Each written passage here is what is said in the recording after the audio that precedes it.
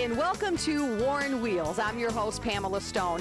You know, there's one thing for certain that we in the Detroit metro area love, and that's our vehicles. So if you like classic cruisers and muscle cars, let's take a look, because we have some great cars to show you, and we're going to interview the owners of these cars and find out what it is that they love about them.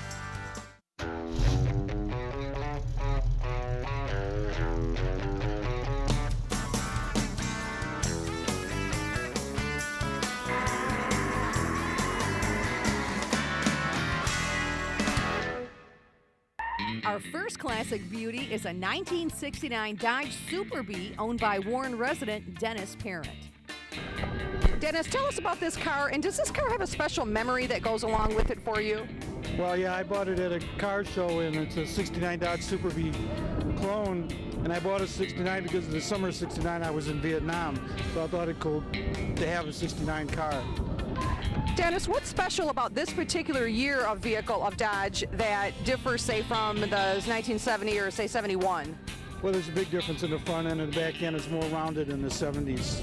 It's a little different shape, but it's still about the same size. The front end's different. All right, now we move to the engine. Tell us about the engine in this car. Well, it's a 444 barrel, about 30 over. It's not, you know, it just sounds good, runs good, that's all I wanted. I didn't want anything to set the world on fire, like a blower or anything, because then they're hard to drive. So it's just a 4-barrel motor, gets me to car shows and cruises, and that's all I do. It's my hobby. All right, how fast does this vehicle go? Oh, I don't know, I gave up paying tickets 30 years ago, so I have never tried it. I'm sure it would really go. It'd probably, probably good 150 miles an hour, probably. Easily. Are parts hard to find for this particular 69? No, it's not. No, I have 65 legs over there. You can't find any parts for it. But this thing here, you can get in the books and get anything. They sell tail lights. I'm getting ready to get the interior done in it. You can get anything you want for it. Usually anything after about mid-60s, you can pick it up at a store. Now, is it a pretty expensive hobby? I mean, I'm sure that a lot of the parts can really run up to, you know, a big chunk of change there. So it's pretty expensive.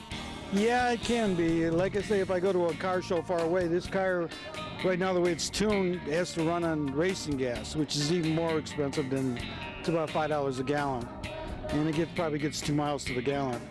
So yeah, it can get. If I go to a car show far away, it can get expensive. Yeah, but it's fun. Do you favor a particular car company? I have always been a little prejudiced towards Chryslers, but I have owned Fords, a couple of Thunderbirds. But yeah, I probably lean towards Chryslers. My mother retired from there, so yeah, it's Mopar guy, I guess.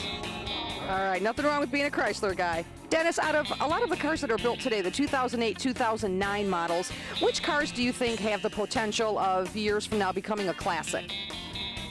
Maybe the new Challenger and Camaro. That might be it. And the Mustang, of course.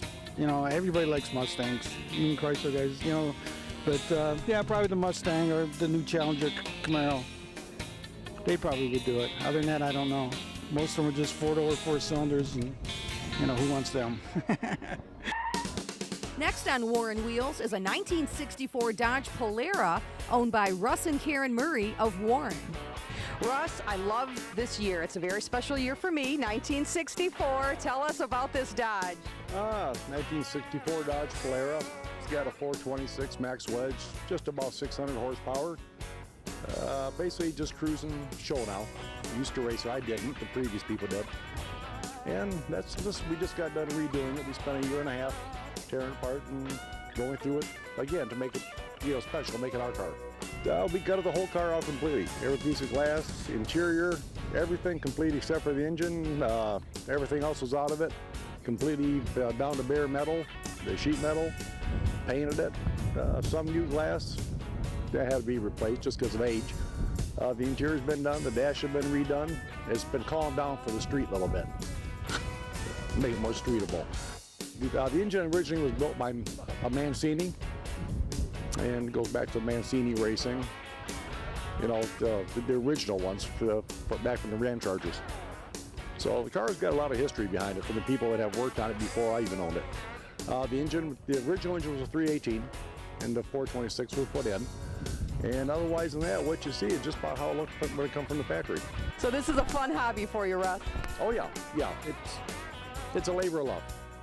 That my wife helps me with. Do you favor Chrysler over, say, GM or Ford? Dodge's number one. I did it when I was young. The wife and I had a family. We got out of it. Of course, we can't afford it. And then since the family's grown up and left now, we're back doing the same thing we did when we were kids.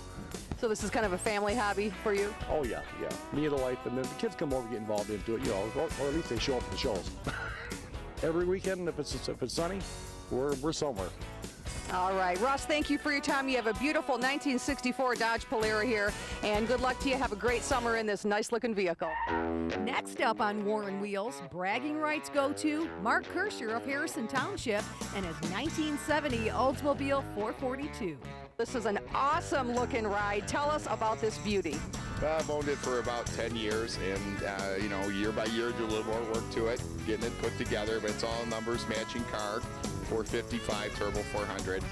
It's a Ram Air car, convertible. I think they made about 2,900 of them. I rebuilt the motor, trans, rear end, top, pretty much everything else. Paint job hopefully is coming this winter. Save up enough money for that. All right. Now, what's so special about this W30? That was a package that Oldsmobile put together to have some red inner fender wells. I guess it's supposed to be more attractive, aluminum intake. Had slightly more horsepower. Now, is there any reason you chose 1970? It's my favorite year. I like the grills. I found it in a garage, so that was kind of a coincidence, but I think it's the most rare year and the most popular year, so I got lucky there. Well, you have some really nice interior there. When you want to restore the interior, is there a certain place that you go to? You go online? Is it easy to find parts and things for this car? I got a guy I know that's right over here in Warren, 14 Mile in Van Dyke, and we did the interior this winter. We did those seats, put new vinyl on them, and redid the convertible top. Mark, tell us about this particular body style. What is different about this car? Well, in a 442, you'd have a Ram Air hood, which would be fiberglass. Actually, the rear spoiler, that's an option that you had to pay extra for. This car actually didn't come with that on the build sheet. Somebody added that years ago.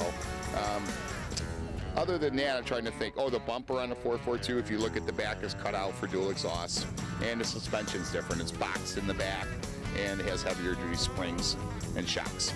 Do you race, or do you just show? No, I don't race it. Just drive it. All right, fun hobby. Yes. All right, Mark, thank you very much. You have an awesome ride. We appreciate your time, and good luck to you. And you better get up there and get yourself an award there for this car. Thank you. Thanks for watching Warren Wheels. If you know of someone that owns a classic car, a muscle car around town, or if you know of a classic car show coming up, we want to know about it at TV Warren. Give us a call at 586-258-2000, and we'll come out and check them out. Thanks for watching Warren Wheels.